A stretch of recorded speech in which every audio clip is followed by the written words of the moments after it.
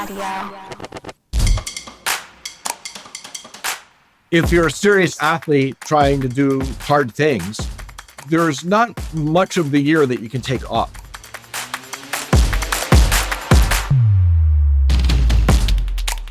Hey y'all, I'm Ryan Devlin, and welcome to the Struggle Climbing Show, where I talk with elite climbers about their struggles and breakthroughs in training, nutrition, tactics, and mental game. And this week, we're diving into a Road to 13 checkup here. This is our fourth episode on the Road to 13. I think it's our third. Somebody check me on that. Where I am connecting with the GOAT coach, Eric Hörst, to talk about my own personal journey here as I try to send the hardest route I've ever taken on, which is a 513A.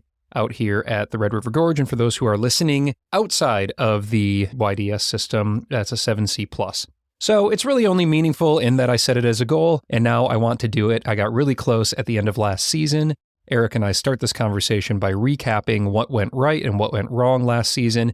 And then we dive into an absolute masterclass on energy systems training and what Eric feels I am lacking, and in fact, what he feels most sport climbers are doing wrong when it comes to training endurance. I learned so much from this conversation. I've listened to it twice over already. I think you're going to take a lot away from it, whether you're climbing your first 511 or your first 514, wherever you land. I think you're going to glean a lot from this conversation here with Eric. And I'm so excited that you're here. I really appreciate it. So as you hear in this conversation with Eric, a huge focus of my training is on building up endurance, aerobic endurance, because I'm a Red River Gorge climber. And also the route that I've taken on, the Force, is very much an endurance and power endurance. It's like 85 feet test piece. So that's where I'm putting a lot of my time and focus. And that's also where I'm putting my nutritional focus. Now, you all know that Eric is the founder of PhysiVantage Nutrition, which is made by rock climbers for rock climbers so we can get the best performance out of our training and our climbing and also the best recovery. And so two of the products that I'm taking right now with my main focus on building and promoting endurance is Sendurex and Supercharged Collagen. So Sendurex, I'm sure you guys have heard me talk about this in the past. It's made from beetroot extract and citrulline. It's got these ingredients that promote an increase in oxygen and aerobic power. I'm talking about power endurance, stamina, VO2, faster recovery between high-intensity intervals. That is what I need a lot of right now. So it's a pre-workout without caffeine. I just shake it into my cold water, and I also put in a scoop of their supercharged collagen, which is going to be taking care of my connective tissue and help me with faster recovery as I'm stressing my fingers a lot, doing lots of circuits on the boulders or laps on the tread wall and on my auto belays at my gym. I love this stuff so much. I've been using PhysiVantage for years, even long before there was a podcast. I've been using PhysiVantage because I can feel the difference, and I think you will too. And by the way, Eric is hooking us up with 20% off. He never does this, but he's giving Struggle listeners in the month of August here, 20% off your full price nutrition order over at PhysiVantage.com using code ROAD, ROAD, as in the Road to 13. There's a link right there in your podcast player that'll preload that discount, or you can just enter ROAD at checkout. Give it a shot. I really do feel the difference with this stuff. All right, let's continue down this Road to 13A with Eric Hörst.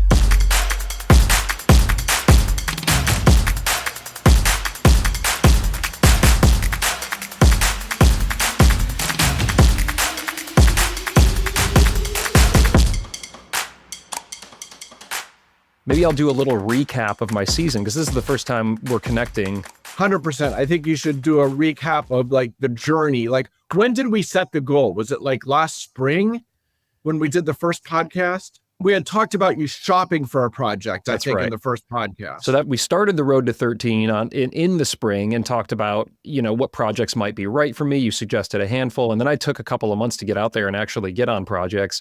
And so I didn't choose the Force until August of 2023, so about a year ago now. And then put in, obviously, you helped to prepare me for that project, having been on it quite recently. You and myself and Lisa went out there and put a day in on it and in the late summer of last year. And I think you refamiliarized yourself with it. And so, we focused on the areas that were going to be a challenge for me based on my style and fitness, which, the low boulder problem, kind of that. Plus. Pretty much the game plan we laid out for you worked perfectly. And you made progress on a weekly basis, basically, on it. to the point of almost ending it when? Like right around Christmas or something? Yeah, just before Christmas. And that's, Right. when I reflect on it, because the headline is I didn't send, but everything that went into that is no doubt it's the best climbing season I've ever had in my life. I was the fittest and strongest climber I've ever been in my life. And it's the hardest route I've ever done, although I didn't clip chains. Going from the ground to a few moves before the chains was, in my estimation, harder than the 12D that I did the season prior. Right. Correct. I would agree on that. So I'm really happy with it, but of course I didn't send. So here we are still on the road to 13. Right. So, okay. So we need to recap that kind of 9-month journey from spring to December. I'll let you do the recap and maybe I'll make a few comments. Sure. And then we have to jump into like what happened since then, which involves your injury, really the spring season. You weren't able to work on the route. Right. Yeah, I did get out a couple times. So yeah, I'll give you some of the high points here. We can tease apart whatever you think is relevant as it pertains to how we plan summer, early fall, and then into send season, which I think should be the bulk of the conversation here. We don't probably need to reflect too much, but it's important, I think, for the listener as well to understand. So picked the project about a year ago and didn't really start working on it until September. So I have in my notes here, September 30th was the day I did all the moves. And so, they're really hard moves for me. That those first 4 bolts, there's really hard pockety sections, and then the big boulder crux, which is maybe V5 plus.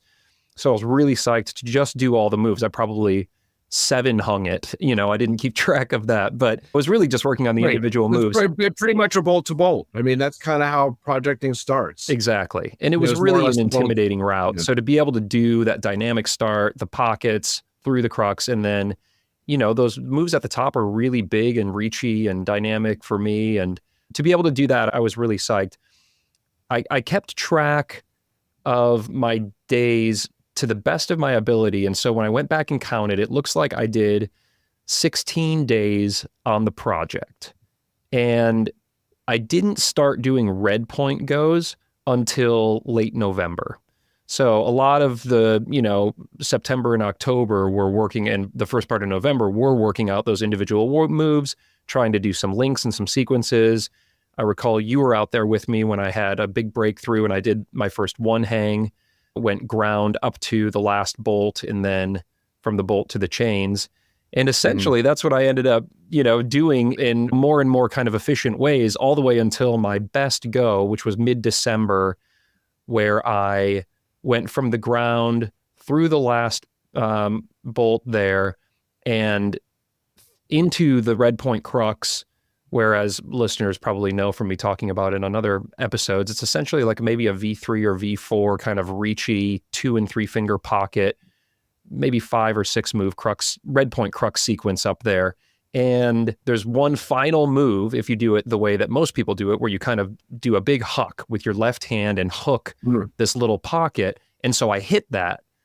I made it through the sequence below that, set myself up really well, did the big huck, hit the pocket, but just kind of lost the core tension, couldn't hang on. And from there, as you know, it's a move to a really good hold and then a move to a jug, and that's where you clip from. Right. So it's, essentially 2 moves from the chains, but I didn't get back to that. That was mid-December, the holidays hit. I did get back out there in January and even maybe once in February, because I don't mind the cold, and it gets real cold in the dark side in that time of year, as you know, but I like the cold.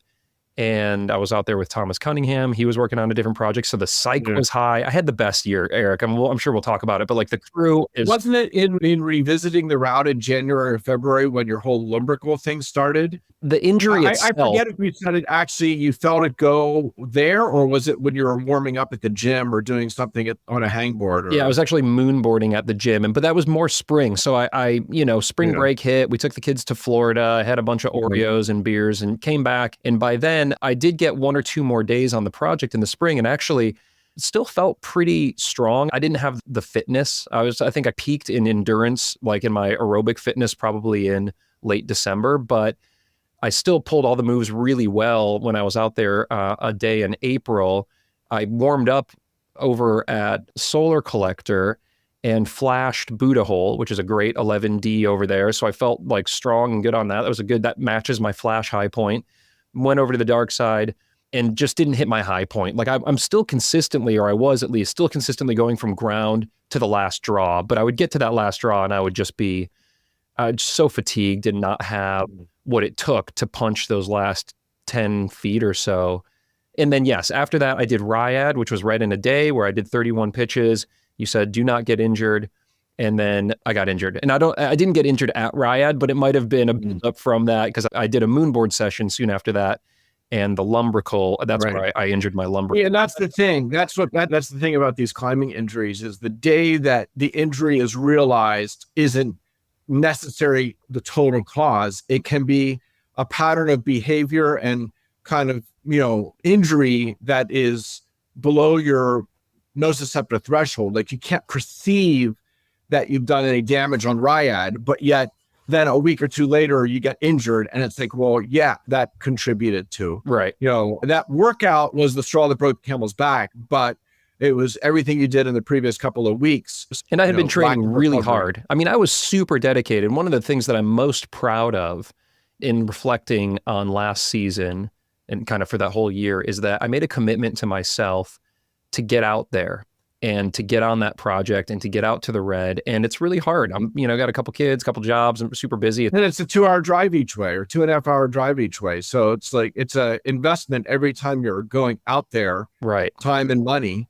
And I did it though. I did it. And I just posted up at that dark side and the crew was incredible. The psych was incredible. Obviously got to spend a couple days out there with Jordan Cannon when he was in town and you and Dr. Thomas Cunningham and the rest of the Louisville crew were really supportive. Dave Scott and Audrey Scott were out there and even kind of late in the game, Dave gave me some alternative beta that, looking back, that's kind of where I'm at is like I had the best season. It didn't quite come together. And I'm sure what you and I are going to talk about here are like, okay, well, how do we make it come together for this upcoming season? And one of the things where I think if I'm dissecting some shortfalls, if you will, is that I put so much emphasis on the first half of the route because that's where the single hardest moves are. And me not being a boulderer, I was most intimidated by that. And I thought, okay, well, when I consistently get through those first 4 bolts, the hardest moves on the route, I should be able to, maybe from there to the chains, it's a 12A or something like that. I should be able to do that. And maybe I didn't respect that top red point crux as much as I should have. I didn't do a big low pointing season. And so I would consistently go ground up to that last bolt, but not have it dialed or the confidence to do those last handful of moves with a heavy pump. And that's maybe where, there's probably a handful of tactical and areas I can improve on fitness as well as technique and a million things. But when I look back, I think, well, I did dominate that first half of the route, which was the most intimidating, and I'm proud of that. But maybe I didn't respect the top of the route as much as I should have. Yeah. And I think we talked about that specifically on maybe the second episode to the Road to 13A when you picked your route. And I explained that exact thing that, it's going to come down to climbing from the last bolt to the top.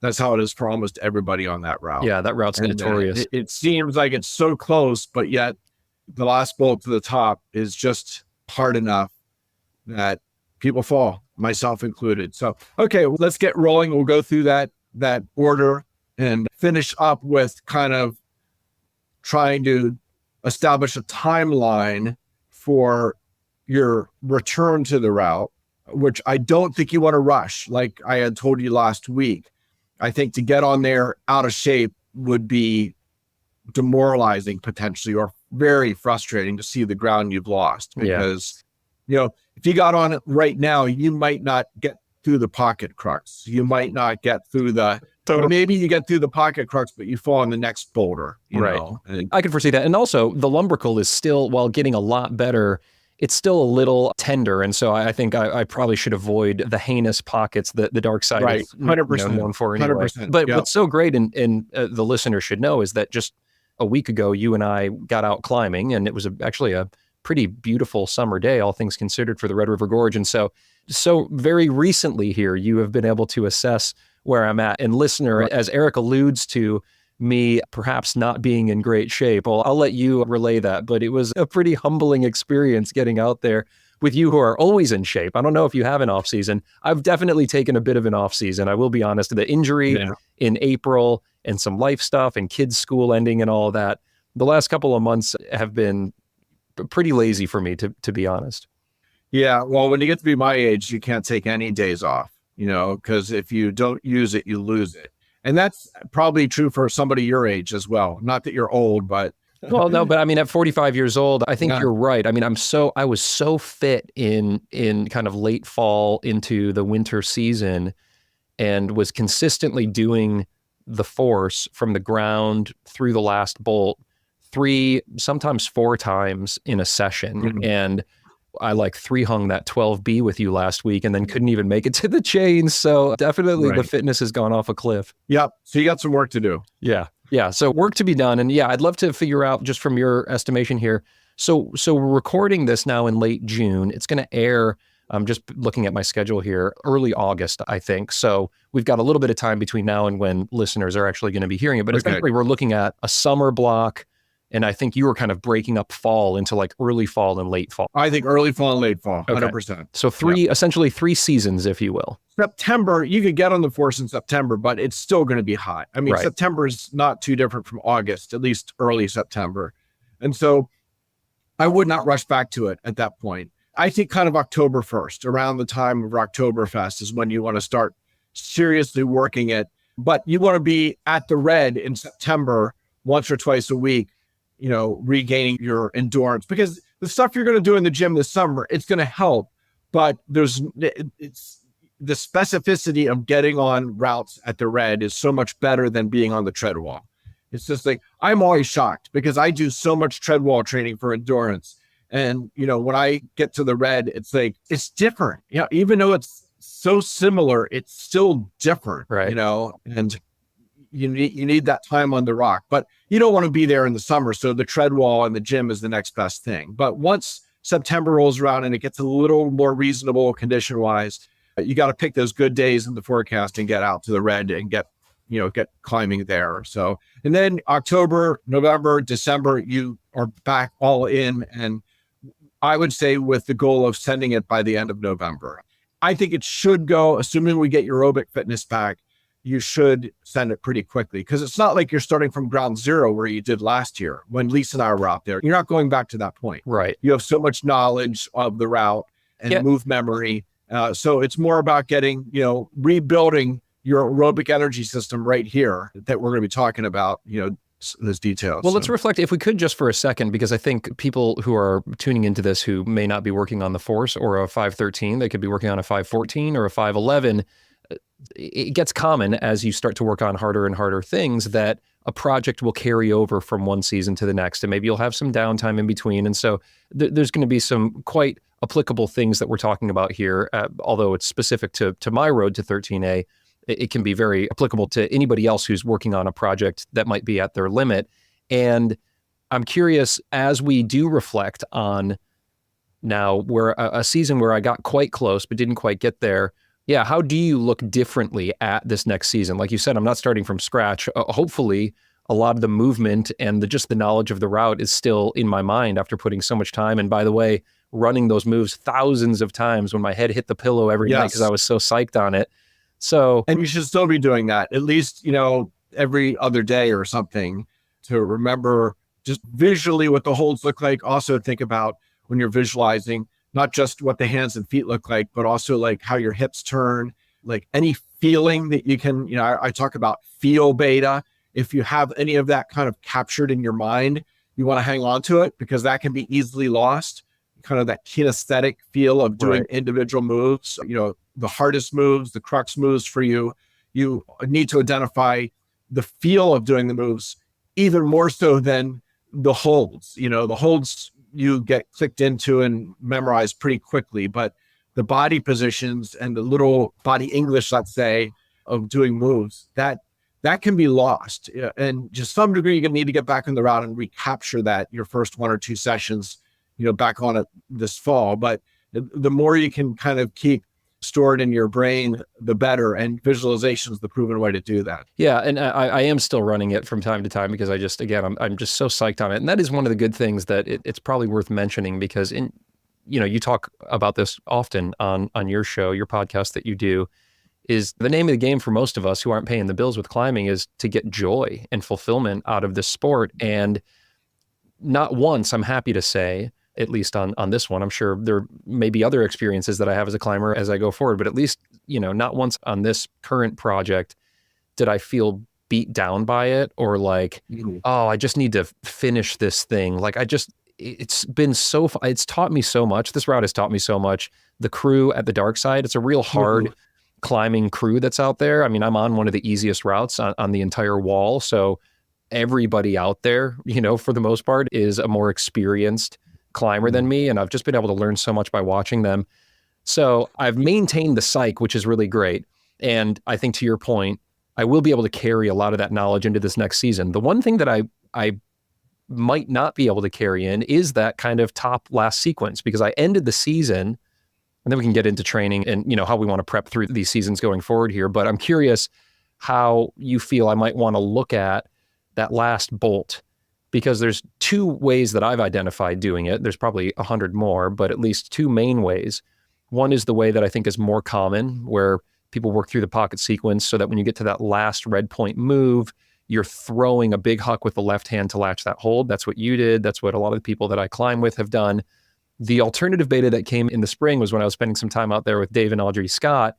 And Dave is a much more static climber, doesn't like to do the big powerful moves. And so he has a beta there where he actually adds a move, but it makes it less of a long move, less of a powerful move when ostensibly you're, most gassed on the entire route, where he goes up to that rather than left hand, he hooks it with a right hand Gaston and then matches it with the left hand and then goes out. So it's not a big move. It's actually just kind of like more static.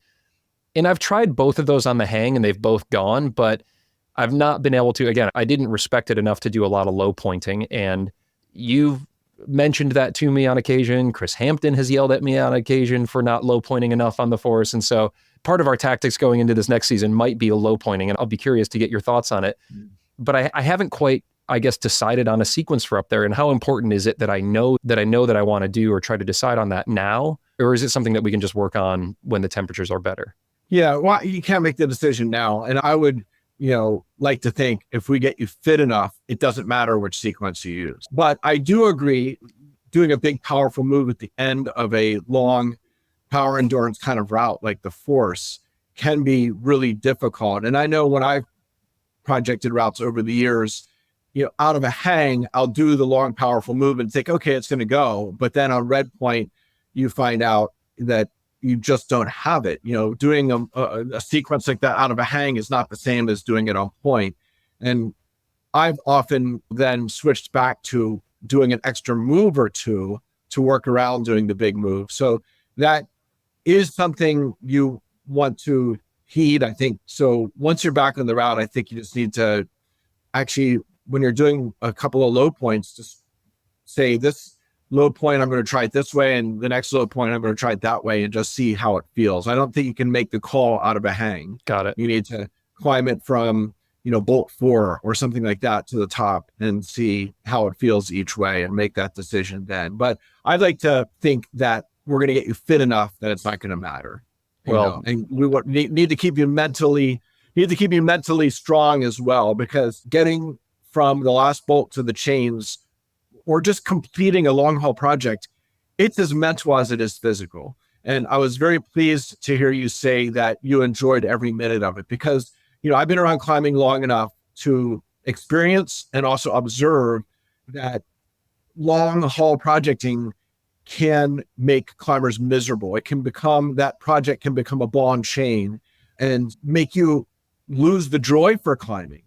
And when you sense at all, I tell climbers this all the time, when you sense at all that you're in, shifting into that zone, or that you aren't enjoying your days, or that you're getting miserable about it, it's time for a change up, either a different project. It's time to maybe take a week or two off from climbing, or it's time to just dial things back and work on building your pyramid, or just on-siting routes, right, and rediscovering the joy. And so I'm glad you got through last fall and kind of a near miss on sending, which could be psychologically difficult for some people to deal with, but you dealt with it well, as best as I can tell, and you're still stoked on the project. There were definitely days of disappointment and days of, just feeling kind of mentally drained and exhausted. But then with, a good night's sleep or a good training day the next day or whatever it was, then I would be immediately kind of back to like really psyched and ready to get out there. But it's been a full value emotional experience where I got these little wins along the way. Like you said, I made pretty consistent, steady progress throughout the whole season. So I had these little wins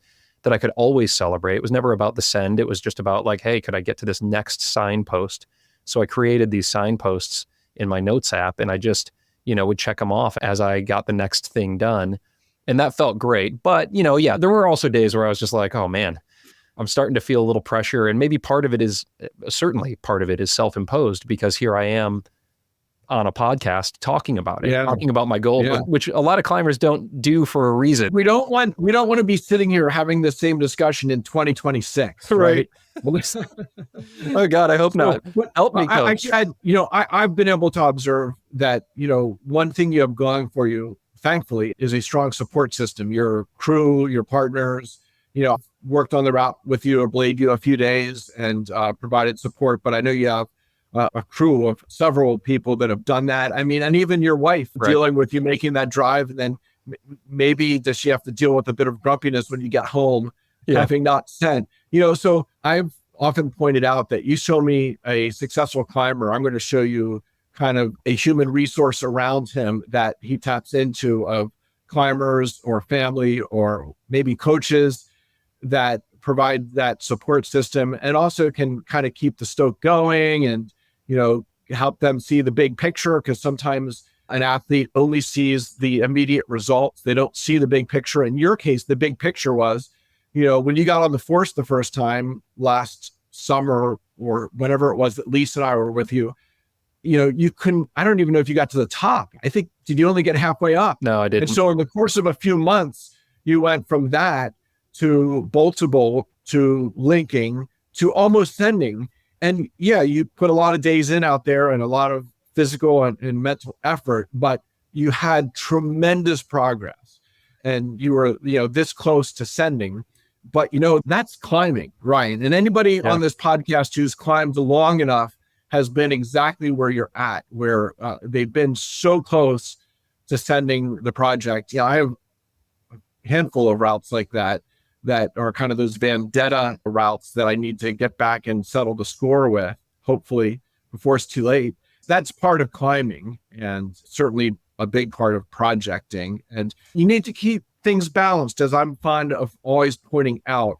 And so when you do return to the rock, it's really hot and it's not good outdoor rock climbing weather now for you at the Red. But when the weather improves late summer into fall, I don't think you just rush back to the force. I think you actually get back to rock climbing and, taking your gym conditioning that you will be doing this summer and transferring that back to rock climbing conditioning, because it's not identical. You need to kind of get it transferred over to rock, and, sending some 12 A's and B's in the early part of the fall. And then once you kind of have your mojo back and your conditioning back, that Red River fitness back, then, October, November, you get back to the force. And I would think quite possibly you send it by Thanksgiving. So from your mouth to the climbing god's ears, let's break it up into those seasons then. I'm really psyched. We're first talking about, obviously, the summer block where I won't be spending much time at the Red. I may get the odd day out with the kiddos and just get on some 511s just to have fun. But to your point, as we're recording this today, I was supposed to go out today, and I checked the forecast last night, and it was like a high of 93, and it's just not worth it. So here we are into gym season, and I was very much, and for the last, month or so, until you and I went out on that very fateful, I'm glad we could link up for this day, because it was a bit of an eye-opener. I was pretty confident in my plan of just taking a good part of this summer to focus on strength training with some weights and some heavy hangs, and maybe the random kind of climbing day or moon board, TB2 board day in there to just have some fun. But I was thinking, but then I'll start building my endurance as we get later into the summer. And then you and I went out, and it was quite apparent from your reaction to my climbing, that might not be the most sound strategy. So I'll let you yell at me for a second, and then let's talk about what you think I should be doing here for the rest of the summer. Well, first of all, I like your commitment to summer training, because it would be very easy for somebody that lives where you do just to take the summer off and go to the swimming pool with the kids. Sure. But if you're a serious athlete trying to do hard things, there's not much of the year that you can take off, especially in a sport. Route climbing with a rope on is an endurance sport first. And you need to almost think about yourself in the context of endurance athletes like runners and bikers, even though I'm not saying running and biking is what climbers should do a lot of, because they shouldn't. Climbers should do a lot of climbing in the endurance zone. And so in recent weeks, especially since you had a bit of an injury in your hand, you've been trying to train around that injury, get it rehabbed, and build some strength. And that's fine. Long-term, that arc of our climbing careers over many years, one goal should be to get a little stronger year over year. And as you get older and farther up that curve, you approach a genetic limit of sorts. You're nowhere near that, but it gets harder and harder to eke out the next level. But the idea that you are going to strength train your way into descending the force is wrong. It's just wrong. Again, I'm not saying don't strength train. I think you should be doing it, certainly one strength power session a week this summer, right into the start of the fall season. Now, that's going to be more maintenance. You do strength training once a week, you will not lose your max strength, your power, as long as you're hitting that once a week. Twice a week, you could maybe eke out little gains. But again, I don't think you need strength and power gains to send the force. You need the best fitness of your life. And when we talk about fitness, it's more speaks to the aerobic conditioning. Some of that is generalized aerobic conditioning that takes place with your cardiovascular system, your stroke volume of your heart. But more specifically to the Red River Gorge, it's the slow twitch muscle fibers and the oxidative fast twitch fibers that have capillaries that carry blood and oxygen to the mitochondria so that they can make ATP via the aerobic pathway, not anaerobic pathway. When you go anaerobic, that's when you start cranking out lactate and hydrogen ions, and you are occluding blood flow and you are quickly getting pumped and failing. So the secret to being a successful route climber, and especially at a place like the Red River Gorge, where you're not standing on your feet, but you're hanging on your hands more so, is that you need to get that aerobic energy system to carry as much of the load as you can on the submaximal parts of the route. And you think about the force, most of it is submaximal climbing. There's a few hard moves through the pocket section. There's the boulder problem crux. And then we could maybe talk about the ending crux, which is 11D or 12A, which you have to dig deep and do a couple of hard, powerful moves. But in between all of those is a lot of submaximal climbing that probably is just kind of 5'11" climbing. It's overhanging and it's strenuous, but it's nowhere near your limit.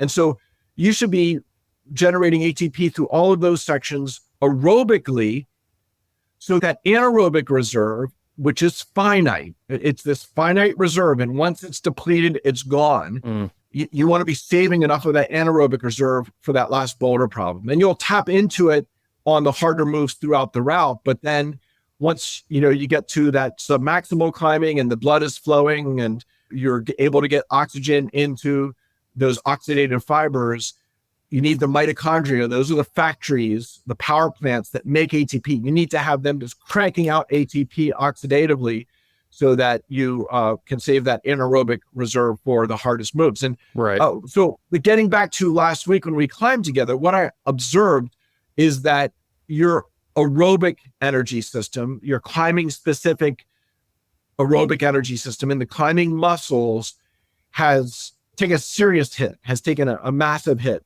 since when you were really at your peak on the force. And as I described to you in person, we had a long conversation about how the adaptations, specifically mitochondria and the aerobic enzyme citrate synthase that allows you to burn fatty acids for fuel. You want to be a fat burner. Those slow twitch, those oxidative fibers, it's better for endurance athletes, whether it's runners, bikers, or climbers, to be good at burning fat. I'm not talking about the adipose fat, but there's actually fatty acids that are stored in the muscle cells, around the muscle cells, kind of just like there's glycogen in the muscle cells to fuel the anaerobic system. You want to save that glycogen for the hardest moves when you go anaerobic, and you want to use the fatty acids as much as possible when you're operating below that aerobic threshold. And so those adaptations are very plastic. They come about in the matter of weeks, but they get lost in a matter of weeks. And, I've read the research on this, and I don't have the exact numbers in my head, but it's something on the order, if you stop your aerobic training, and again, for a runner, that would be doing their running. For a climber, it would be doing their route climbing. You cease doing that specific aerobic training. In 20 days, you lose about 20% of your citrate synthase. That's the enzyme. And your mitochondria content and efficiency start to get reduced. They're very plastic. And so they will go away if you don't use them. Uh-huh. And in 60 days, so if you take 2 months off, you lose about 50%. That's where I'm at. Of that, which is massive. Think about your aerobic capacity being reduced by 50%. So this is why you talk to a serious runner or a bike rider, someone who's trying to compete throughout the year, whether it's 10Ks or half marathons or triathlons. If they're a serious athlete like you, like I, they're not taking 2 months off because there's so much ground that's lost that basically takes them at least 2, maybe 3 months to get back. And so it's base training. That marathon runner might have an off season where they're not running marathons, but they're still out there doing 50-mile weeks. They're not doing their 100-mile weeks. They're doing their 50-mile weeks. They're not sitting on the couch watching TV or with the kids at the swimming pool eating ice cream. There's a time and a place for that stuff. But if you're an endurance athlete, you need to put in your time pretty much year round because, again, all of those gains you made last fall when it comes to fitness, a lot of that has been lost, maybe as much as 50%. And I guess part of it was your injury, that you had in your hand, your lumbrical injury. So that kind of forced a bit of a withdrawal from climbing. But also you kind of thought, well, I'm not going to be red pointing the route anytime soon, so I can just do some strength training and that'll carry me over. Right. But Coach Hörst has now hopefully sold you on the idea it won't carry you over when it comes to your aerobic fitness. So I have nothing wrong with you doing some strength power work this summer, but I would think of that as being, kind of once a week, at most twice a week maintenance. And you must immediately get back to some higher volume climbing in the gym, on the treadmill, or if you get out with your kids and are able just to lap on a 510 or 511 without concern about doing anything hard. Right. That is all kind of essential for you to start getting those mitochondria factories back up and running efficiently. And so, I was actually shocked when we climbed last week. We got on a super classic 12B, what was it called? Babyface at the Red. And it's an overhanging route. It's got some power moves, but it's just more pure endurance climbing with just one boulder. And I was kind of shocked at how fast you just pumped out on it. Yeah. and that was something that I didn't anticipate or want to see. And I gave you a bit of a tongue lashing, I think, maybe. Yeah. It was good. It was tough love. It was tough love from my coach. And it just was, honestly, it was the perfect timing. And first of all, thank you for breaking down so thoughtfully everything that you just did about the science, the physiology behind this energy system work. I think that's really helpful, not just for me, I'm sure for people listening. I think the lumbrical injury is more of a convenient excuse, if I'm being honest, if I'm looking at myself honestly here and saying, was it the lumbrical? No, I think, I came off of a pretty hard season of going really hard and dedicated on the project. And then a lot of life stuff came up with the end of the year and spring break. And yes, there was the injury there, which probably provided a nice excuse. And I think I just kind of decided, I'm just going to rely on some strength training for a little bit. And so getting together with you and doing that climb and having it be so eye-opening, how off a cliff my fitness, like kind of my just ability to paddle endlessly on jugs at the Red River Gorge has gone off. It was pretty eye-opening. Let me just, for purposes of this discussion here, I'll play devil's advocate. We'll play Devlin's advocate, and not quite my advocate, but if I'm citing some papers that I've read or some other coaches that I've heard or some books that talk about, hey, the aerobic system is one of the fastest to come back. You can save that for a few weeks before you get out on your project and then build some fitness on the project itself and you'll be there. And if you spend a lot of time before that, it's maybe wasted time or you'll hit a plateau. And that's very different than what you're just saying, which is, hey, let's be hitting hard the aerobic system, that zone 2 kind of climbing now. We're talking with all of July, August, September before I get on the project in October. There's a disparity there. And I'd love for you to, share a little bit more about why it's important to be putting more time into that energy. Well, right. And what you just said is true, but demands nuance. And that is where, training for climbing is very complex in terms of programming and understanding in any given training or climbing situation what you're actually training. And so there's 2 types of endurance that we talk about: aerobic endurance and anaerobic endurance. And it's the anaerobic endurance, the power endurance. Those are your ability to do like 10 to 15 second bursts, doing a few of those bursts. That where you're going anaerobic, then you're getting a little easier to aerobic, and you're going anaerobic, and that anaerobic endurance where you get really pumped and you have very limited ability to continue doing hard moves. That is what comes and goes very quickly. And that anaerobic endurance is something that I also coach. You don't need to train year round. You train that basically the last 2 to 3 weeks before your performance season starts. Okay. Because the anaerobic endurance, the adaptations you're getting are basically biochemical. It relates to lactate transporters and anaerobic enzymes. They are soft adaptations, and they will spin up in a couple of weeks and they will spin down in a couple of weeks. Got it. A traveling climber who comes to the Red River Gorge for 3 weeks, they'll often get pumped out of their mind the first week, climb a little better the second week, and the third week climb really well. They feel like they're finally getting fit for the red. What they're experiencing is a spin up of those anaerobic enzymes and lactate transporters that allow them to make the most of what they possess physiologically. Right. But the support system for that anaerobic endurance, the support system for that is the capillaries that innervate your muscle fibers, are the mitochondria factories that make ATP. And those 2 adaptations in particular, they're structural. They take time. And, to build capillaries, that is something that doesn't even happen in 3 months of training. Like, you can spin up your mitochondria and really improve the size of those ATP factories and their efficiency. You can spin them up quite a bit in 1 to 3 months. But in terms of making more capillaries, that's years. And that is another reason that if route climbing is a climber's primary preference, you must do some aerobic climbing training year round, year over year over year, because doing hangboarding, doing, no hang lifting, doing short boulder problems, none of that makes capillaries, and it doesn't do much for your mitochondria.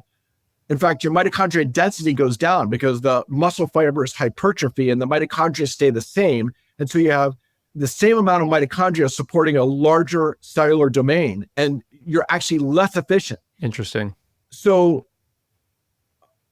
again, for a route climber, you need to do some of that climbing specific aerobic training year round.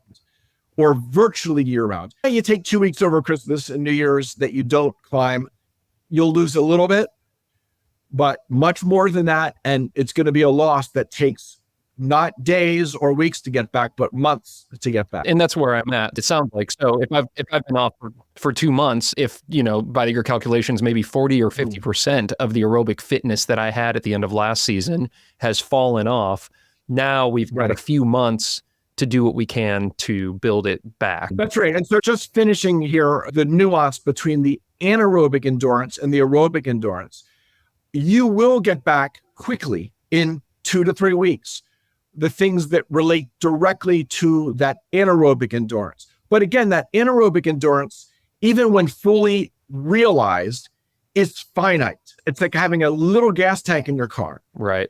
And then the aerobic energy system's like having a big battery that maybe can't push you through the hardest moves, but has tremendous storage to power you through the submaximal stuff at a slower or less intense pace.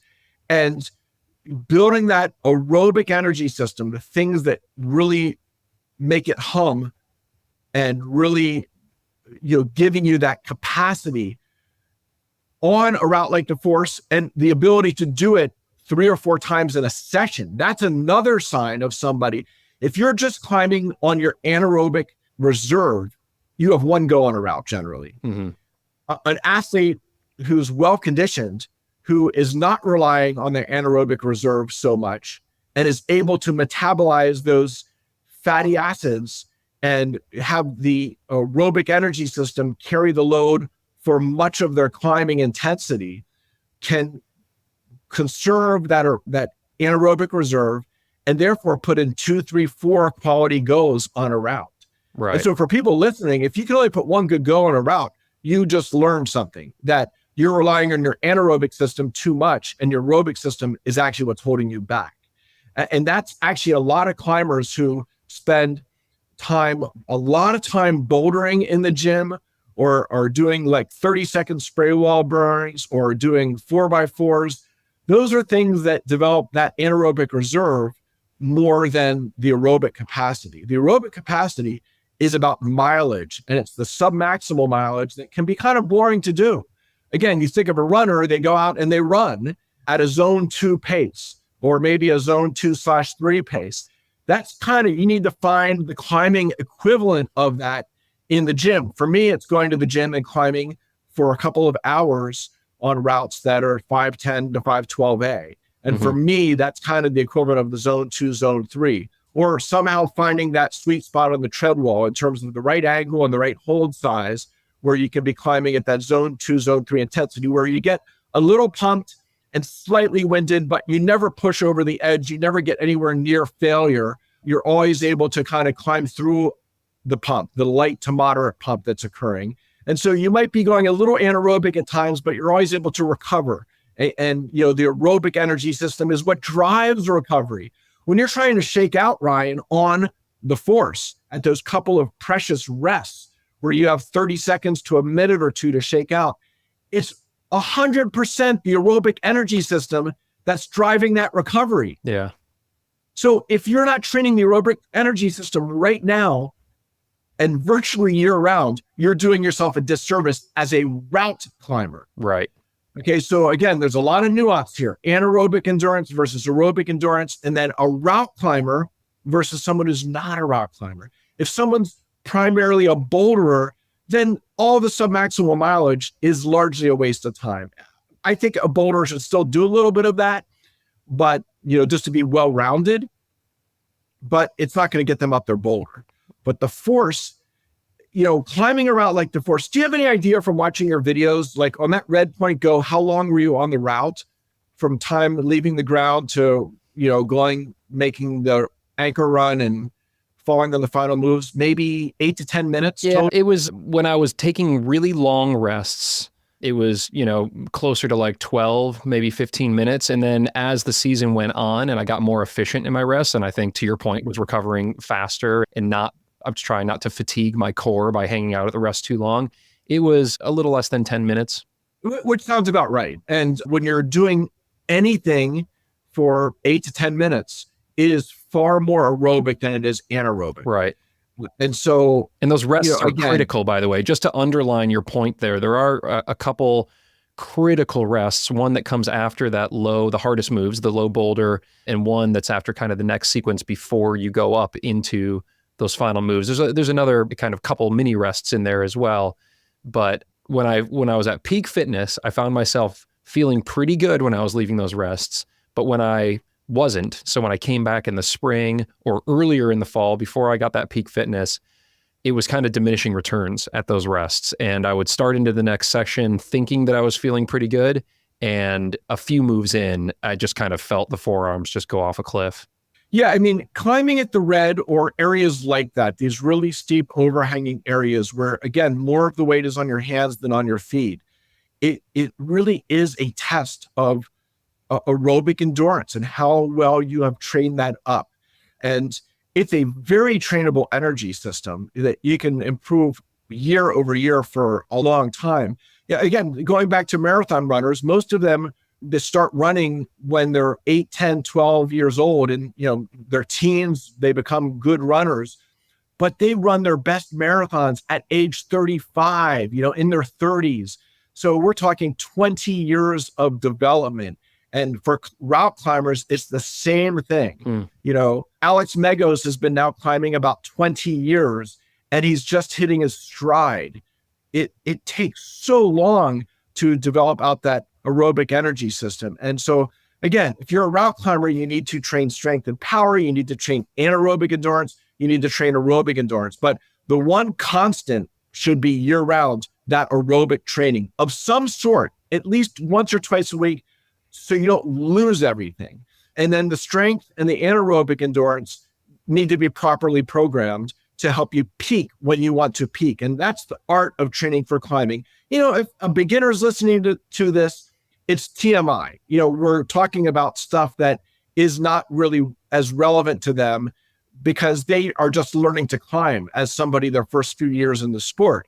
But somebody who's been in the sport 5 or 10 or more years, who's developed a high level of skill and a high level of mental skills, as you have, the physical elements more and more become the limiting constraints. And so getting the training right becomes more and more important with every passing year. And there's a lot of good coaches out there that I think can help people in that process of learning the basics of training and the basics of climbing technique and mental training.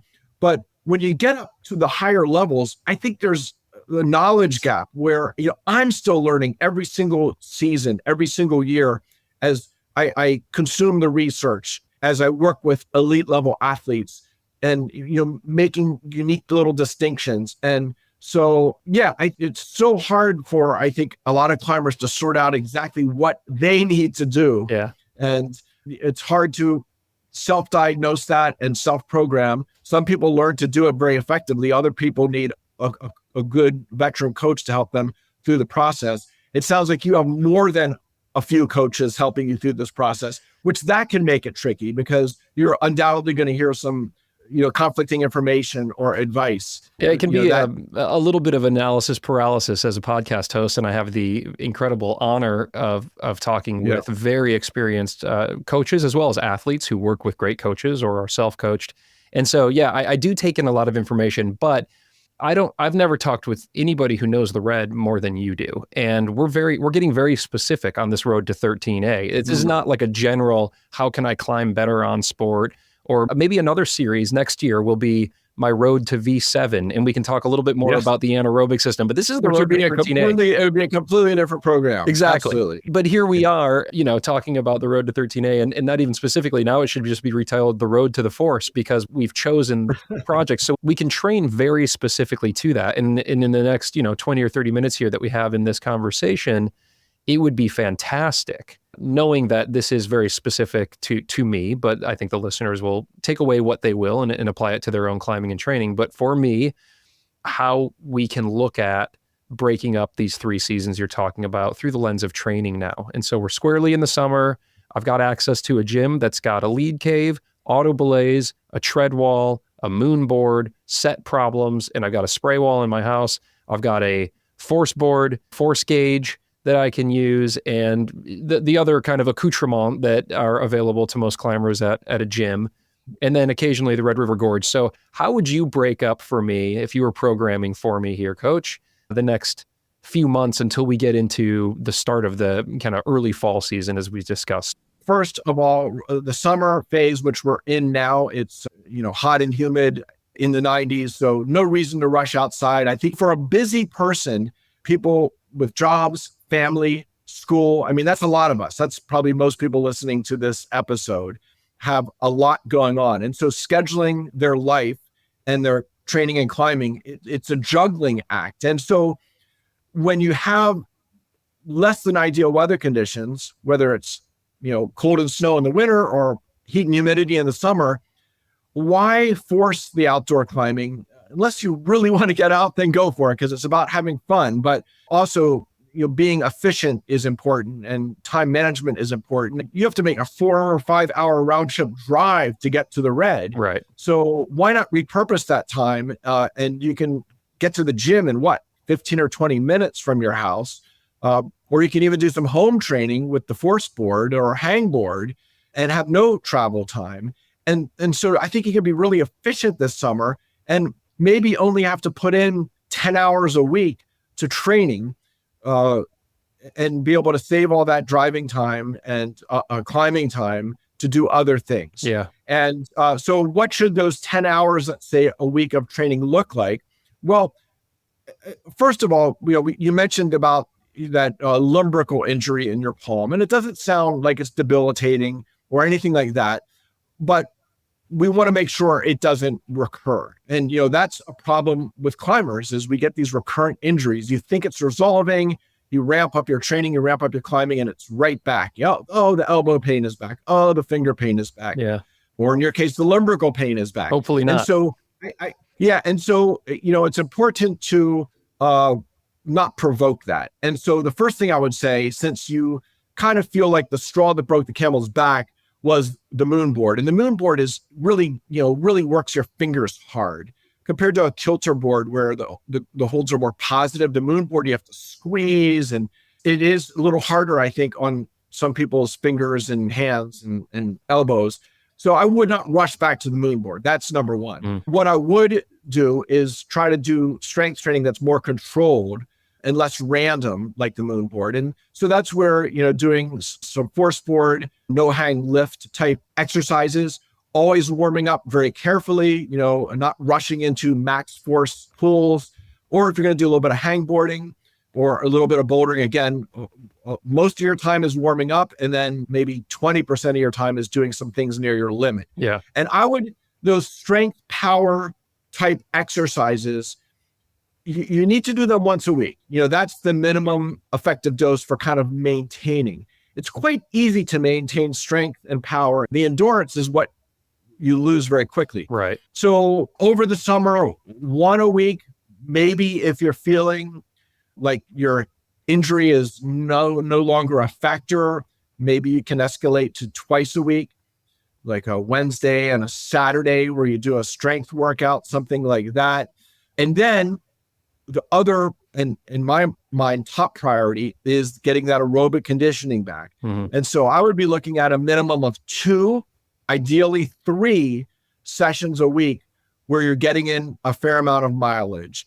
And 2 of those should be like the classic zone 2 climbing. I think we're coining a new phrase here, the zone 2 climbing, where you're, again, climbing submaximally, you're nowhere near failure. It could be mostly 510s and 511s. If you're at the gym, on the tread wall, you need to set the angle and select the holds to kind of be able to climb 2 minutes on, 2 minutes off, and never go beyond like an 8 out of 10 effort or 8 out of 10 pump, because you don't want to go too anaerobic. You want to be kind of finding that aerobic threshold where you can kind of go back and forth.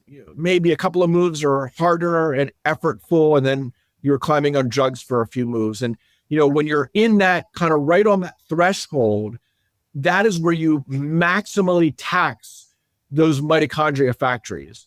You're getting them to crank out as much ATP as they can. And what's too easy there? Sorry to interject, but like at what point if I'm like just on the tread wall and it's like la-di-da, what kind of RPE should it, that's right. If you're a very important question.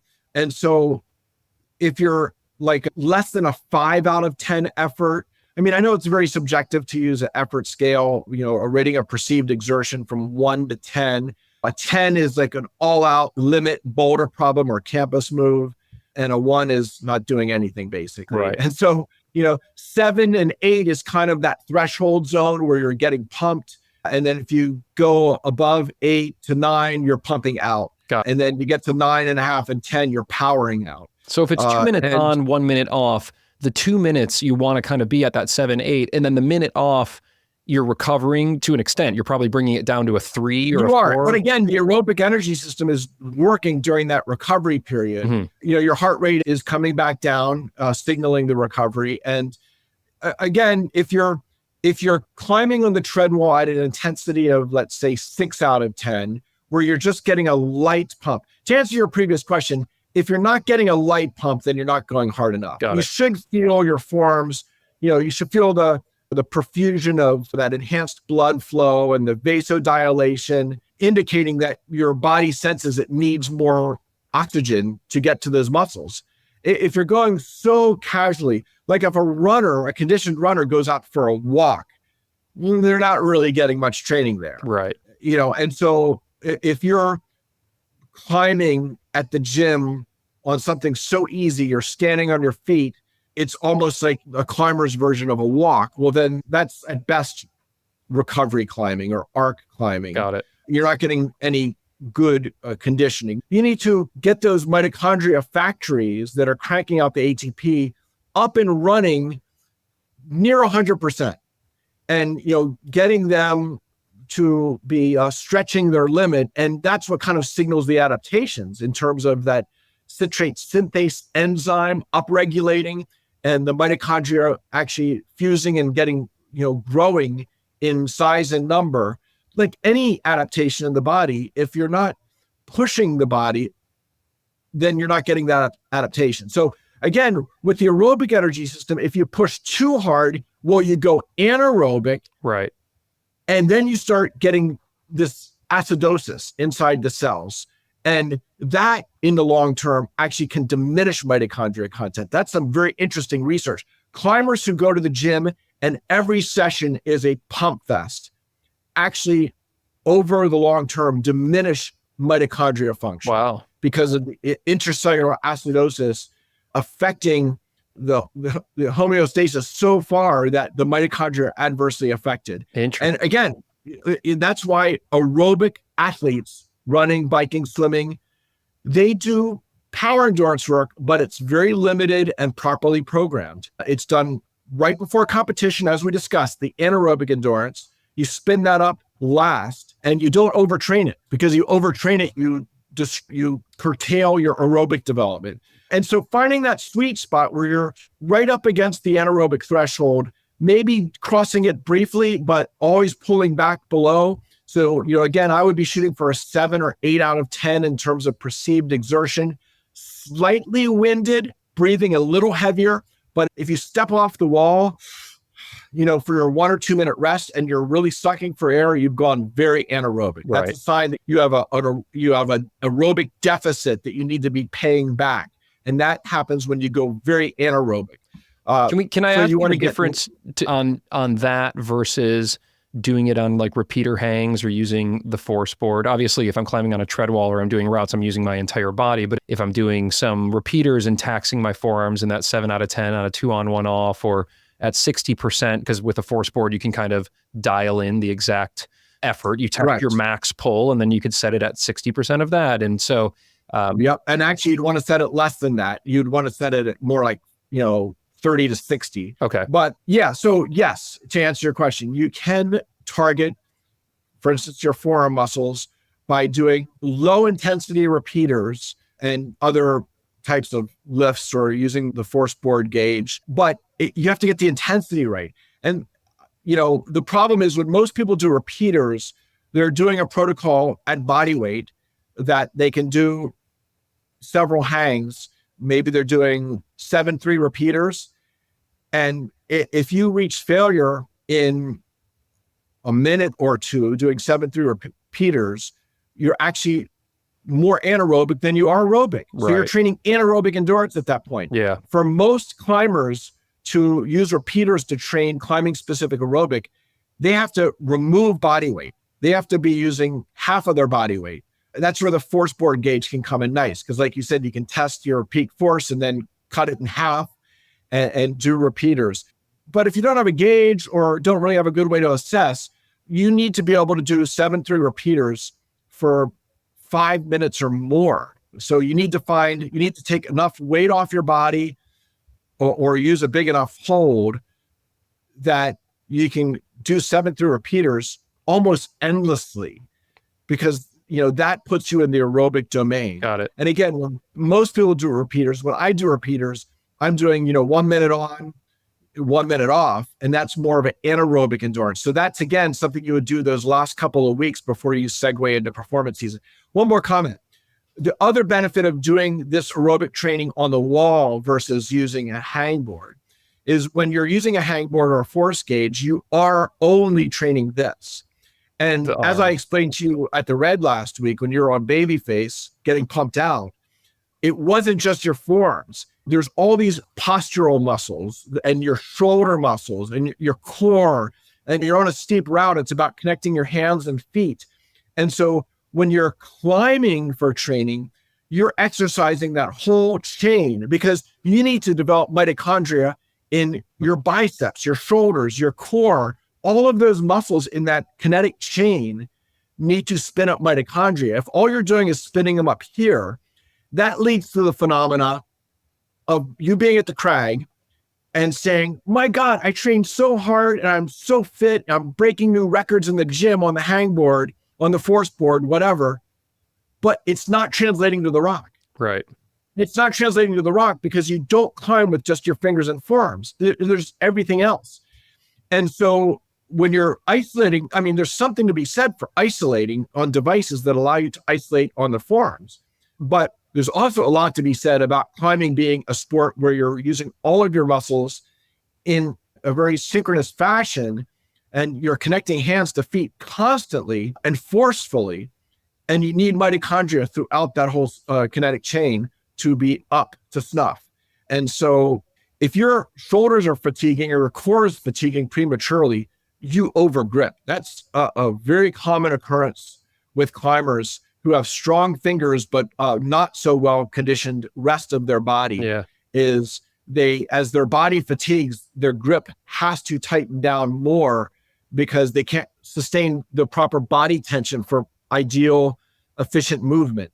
And so they compensate by over gripping. Right. And they pump out more quickly. And so, yes, I have nothing wrong with you doing some training of, just the flexors, but I think most of your aerobic training should be on a tread wall, a climbing wall, or at the crag. I just want to take a quick break here to talk about the force board, because Eric and I have been talking about the force board in this conversation, and I've been using it as he's directed. I've actually been using it 1 day a week really consistently to train that aerobic endurance, kind of that 6 or 7 out of 10 RPE is what I've been going for on that. And then 1 or 2 days a week, I've been going to the gym, and I've been on the tread wall, or I've been doing routes, or sometimes getting out to the Red. But that once a week, I've been using my force board, and it's been really great because it saved me a ton of time. I can get in an entire aerobic endurance workout in about 30 minutes. And I just wanted to give a quick shout out to the force board. They're a sponsor of the show here. You can score one yourself and get 10% off by swinging over to thestruggleclimbingshow.com/forceboard. That link's right there in your notes. And that supports the show, which is great. I appreciate that. If you're going to buy one, it's about the price of a pair of shoes or a couple months of a gym membership. And then, of course, the show gets a little bit of love from that purchase. But also, I've just been personally using it a lot. Eric has workouts that are programmed within the Forceboard app. It's a really cool tool, whether you're training max strength, peak force, like rate of force development, or in my case right now, just dialing in those repeaters that are about like half my body weight, or, 30-40% of the peak force that I'm pulling. I can just put it right in there. And I know when I'm hitting that mark, and I know when I'm falling off and the workout's over. So anyway, you can learn more by hitting that link. Let's get back to the interview here. And so again, getting back to the game plan, if it's so easy that there's little effort, then it's kind of wasted, junk training. But if you're getting that light to moderate pump, you're 7 or 8 out of 10, and then you want to accumulate 20 to 30 minutes of that, that is very effective training for that, aerobic energy system. Let me talk about the session just a little bit more, and then we can use, just a handful of minutes to basically talk about what will come next. But I think maybe we'll connect and talk about what will come next as the fall approaches. Yep. But if I'm looking at those 2 or maybe 3 sessions a week on the aerobic side, building that endurance, and I'm on the tread wall, so 2 on, 1 off, hitting that RPE that you're talking about around a 7 or 8. That makes sense to me. I would do 10 sets, and that would be 30 minutes of total Yes, time. and you might need to go 2 on, 2 off. So don't be like set in stone on the 1 minute off. Got it. I think 2 on, 2 off would be just as effective, especially if you're sensing your pump and your effort is getting like 8+, you might want to take more rest. Right. And, but it's about finding the right intensity. It really takes discipline to stay in the right intensity. You can't let it escalate into an anaerobic endurance workout where you're getting that sick pump. And, climbers, we love to train and get pumped because that's what we experience on the project. So it kind of, you, in a very childlike way, justify, I'm just going to get really pumped this workout because that's how the project is.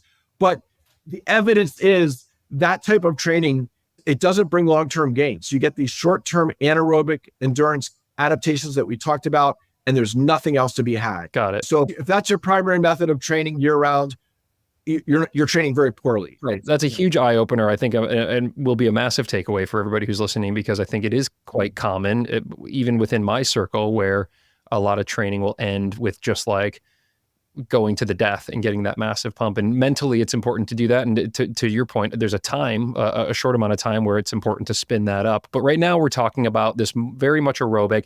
And are you talking about 20 to 30 minutes of time under tension, or does that include the recovery time in between, which you say is also, of course, still developing the aerobic? So if I'm doing 2 on, 2 off, that's 4 minutes for 1 set. How many sets do you think I should be striving for? I would say initially, if it's a new program, it might be as little as 6 or 8 sets. Okay. So that would be 12 to 18 minutes of climbing time. Right. But your long-term goal over the course of the summer would be to build to 40 minutes. Climbing So time. that would be like 20 sets of those 2 on, 2 off. It would get you 40 minutes of climbing time. It would be 80 minutes of total time. Got it. And I find that hard to do in a tread wall just because it gets boring. Yeah. I own a tread wall. And so I typically will do like 10 sets of 2 on, 2 off. And again, you got to keep the intensity right. But when I go to the climbing gym and actually have a rope on and a belayer, that's when I seek out the 40 minutes of climbing. And usually the gym I go to, Reach in Philadelphia, has overhanging walls that could have anything from 10A to 13+ on them. And so I'll select routes of varying angle and varying grade between 10A and 12A. And typically it takes me about 4 minutes to climb bottom to top, because your gym routes don't have lots of rests like a Red River Gorge route. You might shake out once or twice briefly or stop to chalk up a few times, but most gym setters, you only have 50, 60 feet. You need to set a lot of moves. Right. And so typically it's about a 4-minute climb. So I'll go 4-minute climb, I'll lower off, pull the rope. My partner will go. He'll do his 4-minute climb, or she will do her 4-minute climb. And we'll go back and forth like that until we accumulate 10 or 12 climbs. And so, 10 or 12 climbs, that gets us 40 or 48 minutes of climbing time. One more thing you could do in the gym, if you have the right route, is do double ups and this is very effective for Red River Gorge climbers, since many Red River Gorge routes are 90 to 100 feet long, is maybe you get on a 10C or an 11A at the gym, you climb it, lower off, untie, pull, tie right back in and climb it again. So by doing doubles like that, you're getting 8 minutes of climbing, which, by the way, you thought that's kind of what your time was on the force on your Red Point Go, might have been around 8 minutes. So again, you're kind of modeling after that. So you send it twice, then your partner gets to pick their route and they send twice. And then you're right back to sending twice again. And that's a very effective strategy because, again, as a rock climber, You need to get that mileage in. I've talked to several elite pros. I won't mention any names, but they will occasionally train at the Innsbruck Training Center where they have really hard lead routes. Yeah. And they were talking about, now these are people that climb 515, but they were talking about doing doubles on like 13B and 14A. Imagine that, climbing 13D or 14A, lowering off, pulling the rope and doing 13D, 14A again. But again, if your limit is 15C, well, then 13D, 14A might be an 8 out of 10 intensity, perhaps. Right. Yeah, and it's all scalable. I mean, if my limit's 13A, then I'll be looking at high 10s or 11A. And then I do have auto belays at that gym, so I don't even have to untie. I could do an up, lower, and climb it again, maybe climb it a third time because my walls are only, 40 feet. Forget the lower, down climb it. I go to reach and I'll typically warm up at an auto belay and I'll get on 510A and it will be near vertical because it's an auto belay. It might be 5 degrees overhang or something.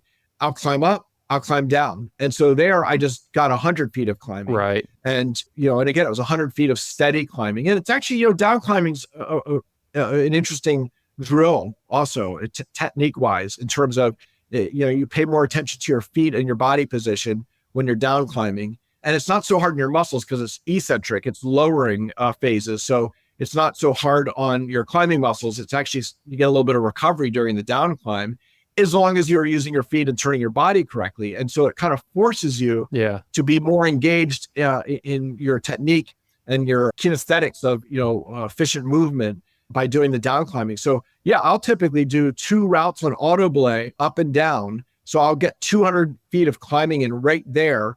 And then we'll go over to the steeper lead wall and climb another 500 or 600 feet of lead climb. Yeah, the variety of that is good because it keeps it interesting. So maybe one day I do a tread wall, one day I do the auto belays, or if I've got a partner that can meet me out there, we'll do some route climbing. And then maybe one day either do some of those repeaters using my force board or simulating some of those rest and climb periods on the force like you're talking about. That gives me plenty of variety. It won't be a mundane summer as I look at that training. And then one day, of course, talking about doing some strength training or some heavier hangs, things that'll just hit that energy system. I know we're nearly coming up on time here, but as the first part of the fall approaches, where it's still going to be on the warm side, too warm to get on the force, I can be getting on other routes at the red, of course, 12s or, high 11s up to high 12s.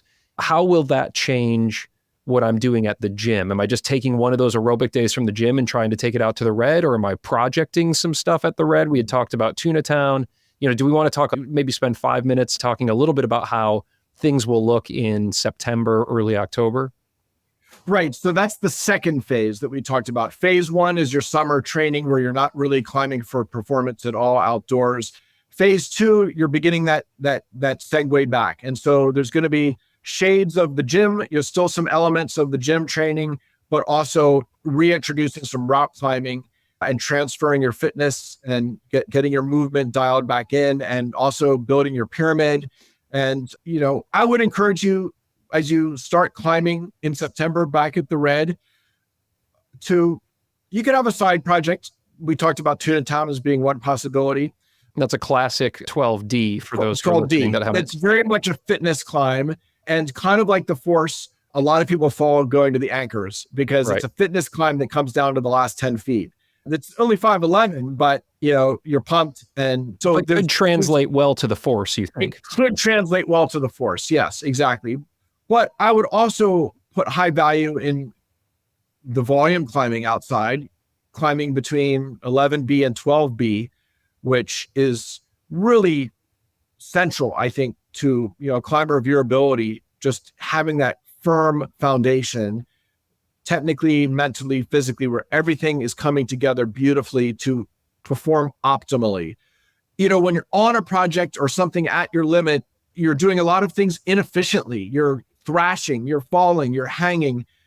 It's not the best way to learn. It's the way you learn that route and come to eventually send that route. But in terms of just your total gross skill set, it's not the best. Sending routes is the best. And so accumulating more routes in that 11B to 12B, kind of that foundation is important. And, scheduling it, I would try to schedule it a week to 10 days in advance, using the weather forecast, using knowledge of when your partners are available to get out, trying to seize on those good days where you can get out once or twice a week in September to early October.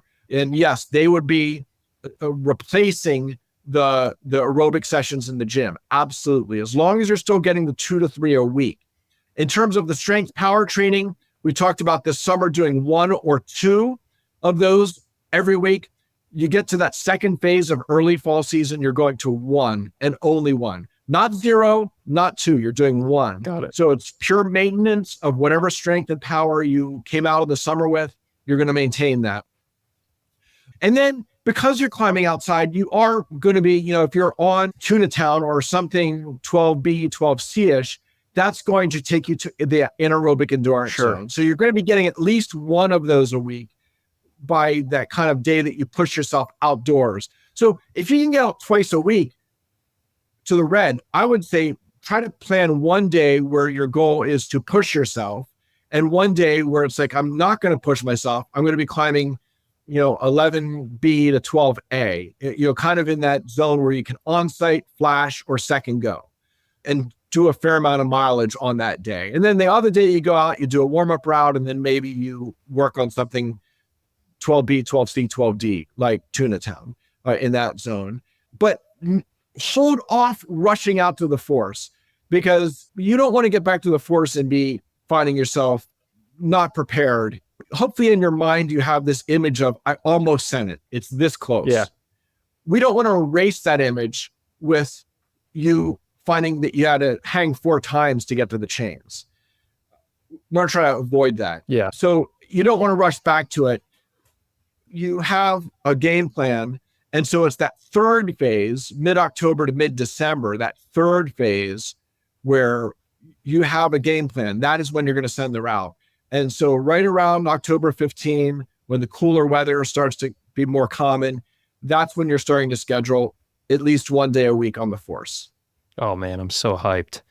I'm so glad we're having this conversation now, because it is a long enough time period for me to get disciplined, get focused with my plan to be able to, I think, execute. We're not playing catch up. We played a little catch up last year, and I still had the best season of my life, which is great. But this year, with even more focus and knowledge on the project, to just build the system, the energy systems, to essentially clock in, to punch the clock here and do the work, I'm ready for them. Yeah, let me interrupt you there just for a minute. I think for listeners, I don't know if they listened to all the previous episodes in this series or not, but you have come such a long way in the last 18 months. I mean, you should be so stoked, because you sent your first 12D and you came inches from sending your first 13A.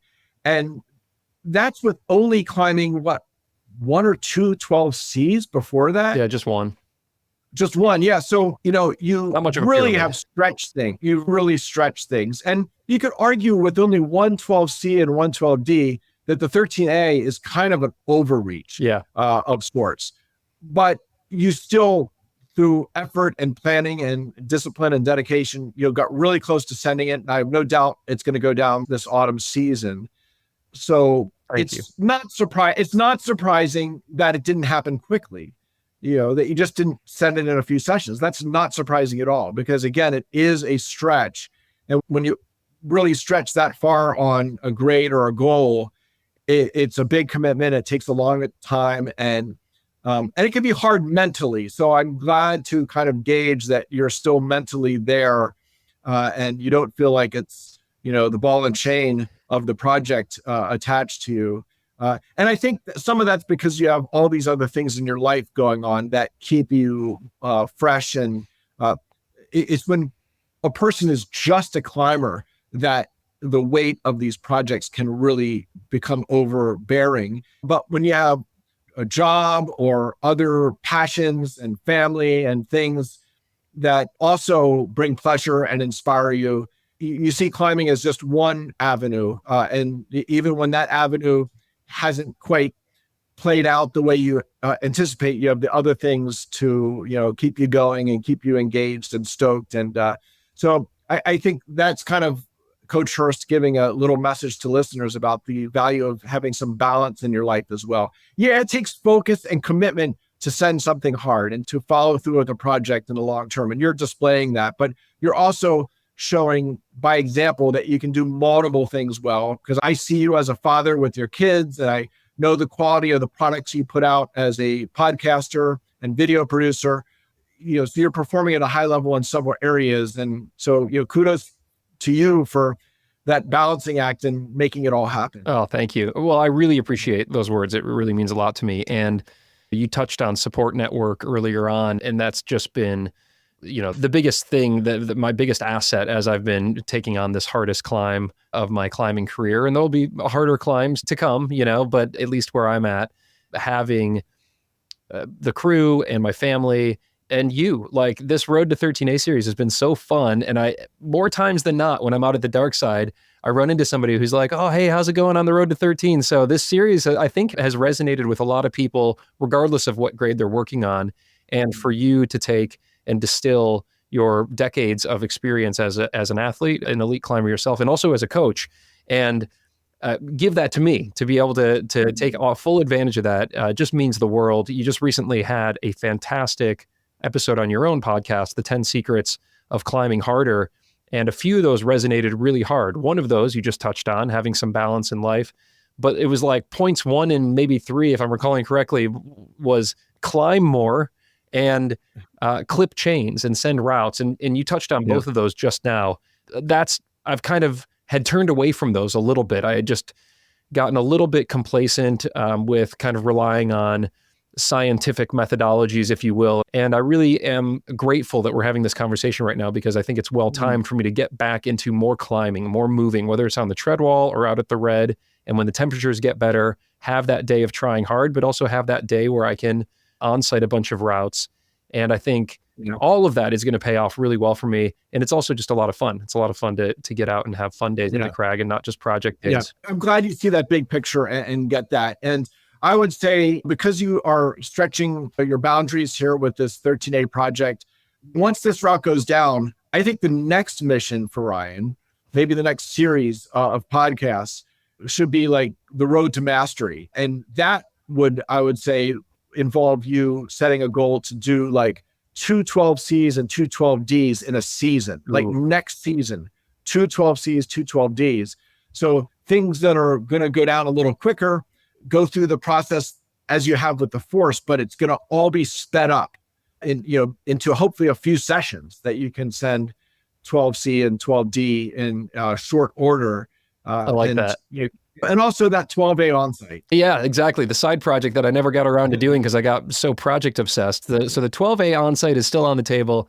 And man, after I think finally punching into 13A, I think it'll be really fun to fill in the 12s. There's incredible 12s here at the Red River Gorge. So I'm very excited for that season. And Coach, man, thank you so much. It was great to see you and climb recently. I know we'll do some more climbing here as the better temperatures approach. But in the meantime, I'm going to clock in and I'll keep you posted. Sounds good. Yeah, again, congrats on incredible progress on the Force. And you're this close. Keep believing. And that wraps up this most recent installment here on the road trip, the slightly longer than planned road trip to 13A, but I'm loving it. I'm having such a good time. And Eric, thank you for being so generous with your time to coach me here on this project and just this big goal of mine. It seemed kind of crazy when I took this on about a year ago, and I feel like I'm set up. I'm setting myself up for something here, and I'm kind of glad it didn't go easy. We don't like things to go too easy over here at The Struggle. So thank you all for being on this road with me as well. And whatever road you're on, I hope it's going well. I hope you're having fun, getting a lot of joy from it, and also a little bit of struggle, or a lot of struggle, if that's what you're into.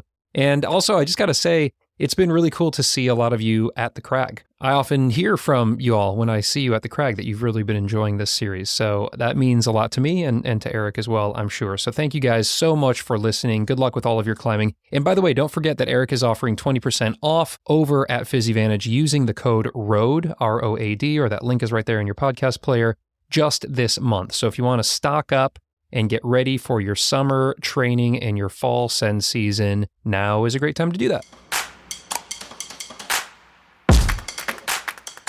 Now, if you'd like to see the uncut video of this chat and score instant access to more than 60 hours of bonus content, I'm talking about bonus episodes with the likes of Adam Andra, Hazel Finley, Alex Honnold, Chris Sharma, Allison Vest, Tom Randall, and so many more amazing athletes and coaches, well, you can get it all right now for about the price of a beer each month. And I got to tell you, I could go for a beer right now because I've been working really hard out here in the podcast/utility closet. So if you are in a position to buy me one of those ice cold beers, it would be so rad. There's also a free trial happening right now, so if you want to date me a little bit before you buy me that beer, I get it. You can listen to all that bonus content for free and then stick around if you like it. Just swing on over to patreon.com/thestruggleclimbing-show to get access to that full library right now. Or if you're an iPhone person, you can subscribe right there in your Apple podcast player. Thank you so much.